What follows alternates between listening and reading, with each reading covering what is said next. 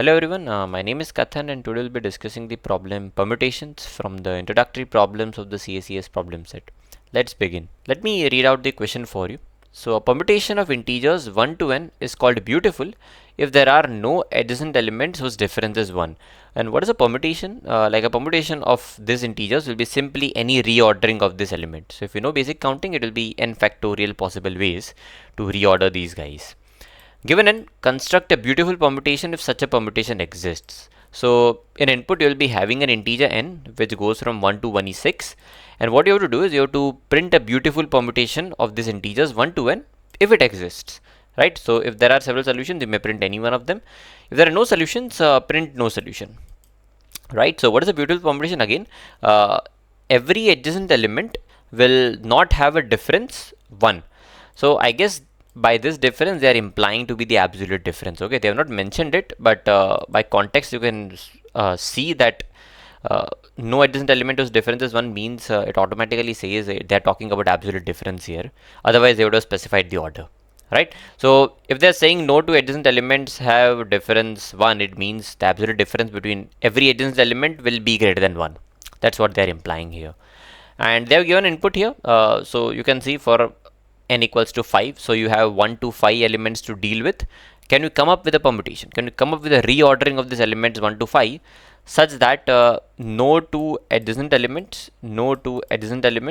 will have absolute difference 1, that is have absolute difference greater than 1, right? So here you can see these two have difference 2, right? These two have difference 3, these two have difference 2, and these two have difference 2. So yeah, I mean it works here, right? So it is possible, right? That's why it is the output for n equals to 3. So can you rearrange 1 2 3 in a way that it becomes beautiful, that is no two adjacent elements have absolute difference 1, or every adjacent element will have a absolute difference greater than 1?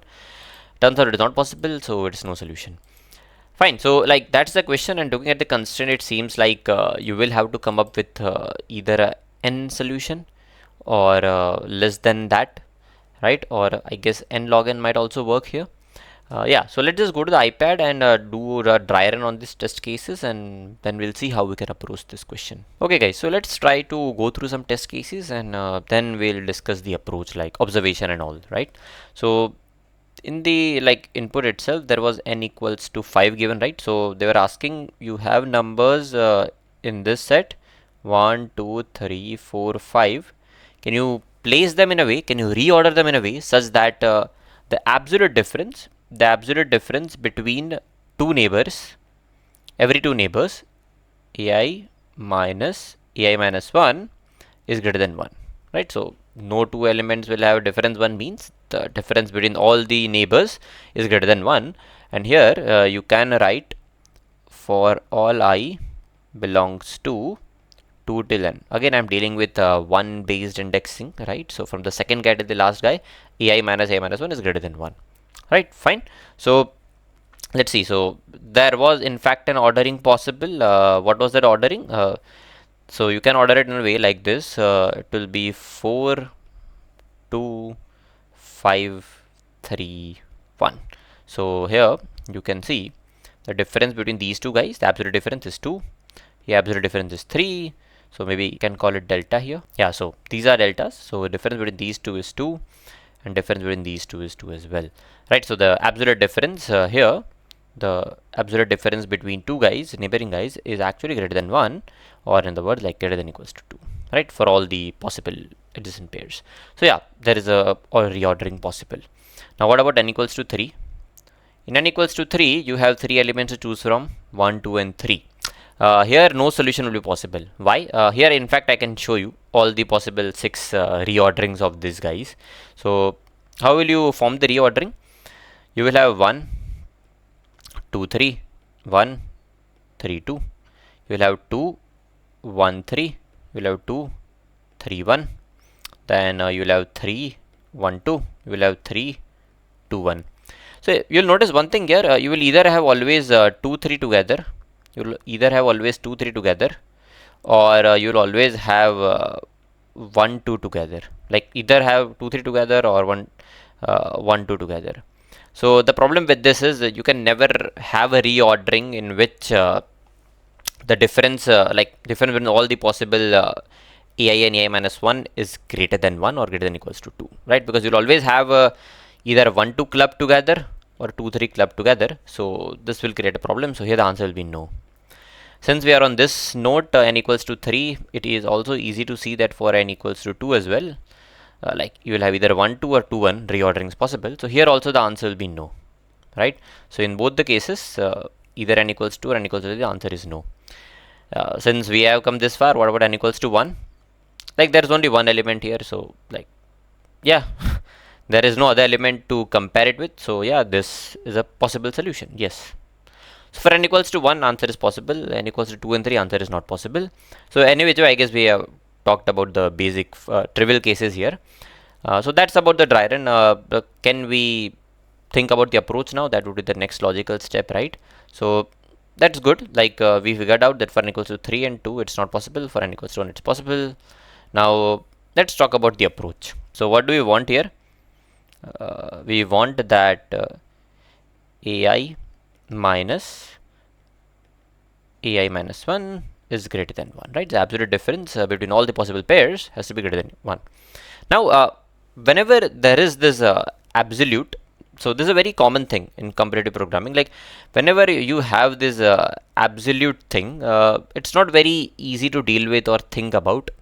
So try to simplify the condition as much as possible, right? So here, once there is absolute and there is this inequality, so a lot of thing is confusing. So what you can do is let's try to simplify it, right? So what is the next logical simplification you can do? I want ai minus 1 to be greater than equals to 2. Of course, I goes from 2 to n. That's assumed. And okay, fine. So what next? I want the difference to be greater than equals to 2. Fine. Can I even simplify it? Can I say, okay, I can think about making the difference greater than equals to 2, but even if I can make the absolute difference between the neighbors ai minus 1 equal to 2, I'm still satisfying this condition, right? Even if I can make sure that the neighbors will have absolute difference equal to 2, still this condition will hold, right? But this condition is much simpler to achieve. Why? You tell me, okay? This is very important. See, you have elements 1 2 3 4 5 6 7 so on. Now if you want the absolute difference between two neighbors to be 2, like can you come up with a clubbing such that the absolute difference between two neighbors will be 2? Like I don't want the complete solution, but can you have some clubbing in which the absolute difference between two neighbors will be 2? Can you maybe divide it into groups or something? Think about it a bit. I'll tell you now.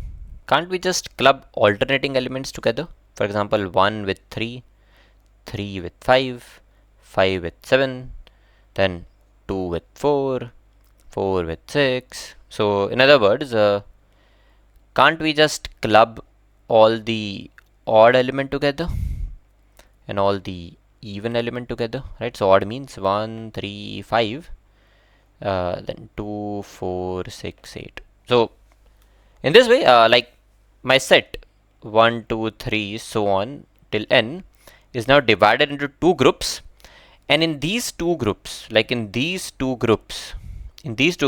I'm sure that the absolute difference is greater than 1. The absolute difference is greater than 1. Like, of course, the absolute difference is actually equal to 2 in both of this group, right? Now, all you need to worry about it, how are I gonna place these two groups together, right? So now you had a complicated set here in which you wanted the absolute difference between two neighbors to be greater than 1, but now it's simplified. Now it can be split into two groups in which the individual groups have the absolute difference greater than 1, more precisely 2. Now the only thing that remains to decide is like the next question that comes to your mind is, should I put all the odds before all the evens, or should I put all the evens before odd? Because I know in this group nothing is wrong, In this group, everything is fine. In this group, the individual groups, everything is fine. The difference between adjacent neighbors is greater than 1. But the only thing that can create a problem is, so let's say this is the first group. I don't know which one it is, but I have to decide whether it's odd group or even group. Right, so here everything is fine, like sab changa si in this part. The only thing that you have to worry about is first group's last element and the second group's first element. So maybe if I can call this G1 and G2, right? So what you need to worry about is this guy. Maybe I can just write here the absolute difference of last guy of G1 and first guy of G2, right? So this should be greater than 1, or you can say greater than equals to 2, right? So how can I ensure this? Like, okay, you want this absolute difference to be higher, that you know, right? And how will this be higher? Like, how can you make this absolute difference higher? You know that if this is one set, like since we are dealing with all the odd numbers and all the even numbers incrementally, you know for the fact that this last guy will be the largest, right? Like in this set, in these two sets, these are like by nature sorted, right? So the last guy will be the largest and the first guy will be the smallest by nature, how we are splitting it, right? So this last guy is as high as we can get anyway, no problem. And this first guy is as less as possible anyway, no problem. Fine. Now, if I want to ensure that this difference is as high as possible, frankly, I just want it to be greater than equals to 2. What I'll do is, wouldn't it make sense to choose this guy as 1 instead of 2? Right? So in the end, for the first guy, you have only 2 options, right? So either the first guy of any group, you will have 2 options. Either you choose 1 or 2, right? So this is the odd's first element and this is the even's first element, right? So since there are only 2 options and you want to ensure that this difference is as high as possible, why not pick a guy which is as less as possible here, so that by default we'll have a smaller value here, right? So yeah, I mean it makes sense to have evens followed by odd. Only reason is because you will have the first guy here 1, which is smaller than 2. So you'll subtract a smaller value. So it gives a hope that okay, the absolute difference between the conflicting adjacents, conflicting neighbors will be greater than equals to 2. But we still have to verify, right? So we have already taken the cases for n equals to 1, 2 and 3. We know that there is no solution here, but there is a solution here. Let's just say, like, if this condition has to fail, guys, it will fail for smaller values, right? Because for the larger values, you know that when this guy increases, like irrespective of whether you put odd even or even odd, if this guy is very high, it doesn't really matter what you put here, right? So all this drama is only because for smaller values. So let's just check for n equals to 4 then. What will happen? So the odd guys are like this. So the odd set will be 1, 3. And the even set will be 2, 4. Now, according to our logic, you should have even set before. Why? Because you want to start with as small value as possible in the conflicting, like the group second, right? Because you want this conflicting neighbor absolute difference to be greater than equals to 2. So let's just put all the evens first. 2, 4, 1, 3. So let's see what happened. So here everything is fine, here everything is fine, only we have to check this part. Yes, so here the absolute difference is 3, so it works. Now it's obvious, if the absolute difference here, that is the last guy, that is the last guy of the even group and the first guy of the odd group, which is actually 1 here, if this difference is greater than 1 for n equals to 4, is greater than 1 for n equals to 4, this will be greater than 1 for n greater than equals to 4 any which way, right? Because these guys will only keep on increasing, right? So right now, here it was 4. But if you keep on increasing the values depending on n, this guy will anyways be greater than 4. So this difference will always be greater than 1 now. Fine. So what you effectively proven is the question is done and dusted. What you have proved is for n equals to 1, the answer is yes, and the output is 1 itself. Then for n in range to 3, like basically just 2, 3, your answer is no. And for n greater than equals to 4, the answer is yes. The answer is yes. And what is the answer? The answer is simply all the even elements followed by all the odd elements.